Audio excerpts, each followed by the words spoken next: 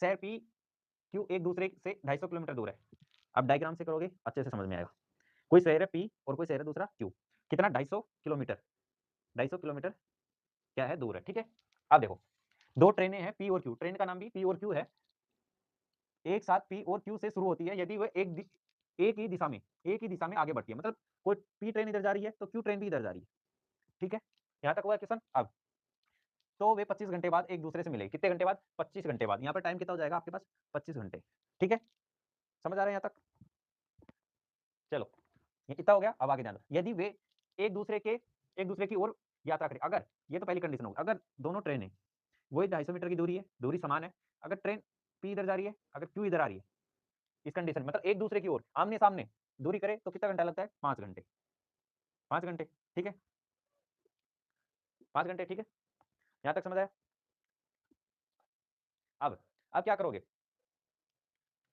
अब देखो अगर जब दो ट्रेनें एक तरफ जाती है तो क्या होता है, अगर दोनों ट्रेनें एक तरफ जाएगी तो चाल क्या होगी, घट जाएगी, पी की चाल में से क्यू की चाल घट जाएगी, पी माइनस क्यू, ठीक है। पी माइनस क्यू कितना हो जाएगा, दूरी कितनी है, चाल का फॉर्मूला होता है चाल बराबर दूरी बटे समय, दूरी बटे समय, ठीक है। तो आपको स्पीड निकालनी है तो क्या हो जाएगी, दूरी कितनी हो जाएगी 250, घंटे कितने लगे 25, यहाँ से कितना आ जाएगा 10, कितना आ जाएगा 10।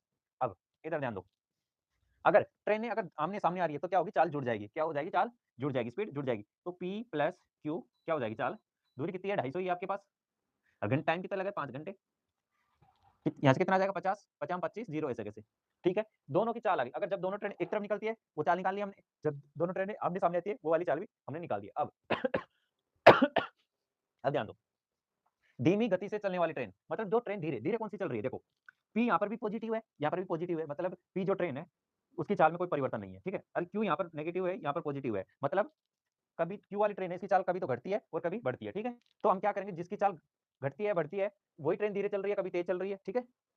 यहाँ पर तो माइनस है तो धीरे चल रही है, प्लस है तो तेज चल रही है, ठीक है, इतना ध्यान रखो। अब क्या करना है, अब आपको करना है क्यू की चाल निकालनी है, धीरे चलने वाली ट्रेन कौन सी हो गई, क्यू, क्यू हो गई।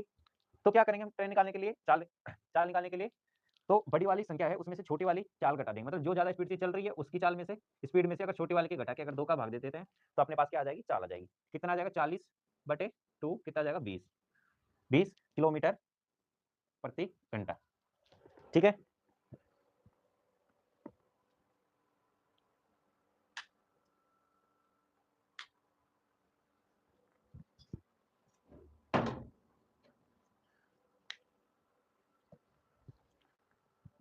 ऑप्शन नंबर ये इसका राइट आंसर हो जाएगा। अगला क्वेश्चन,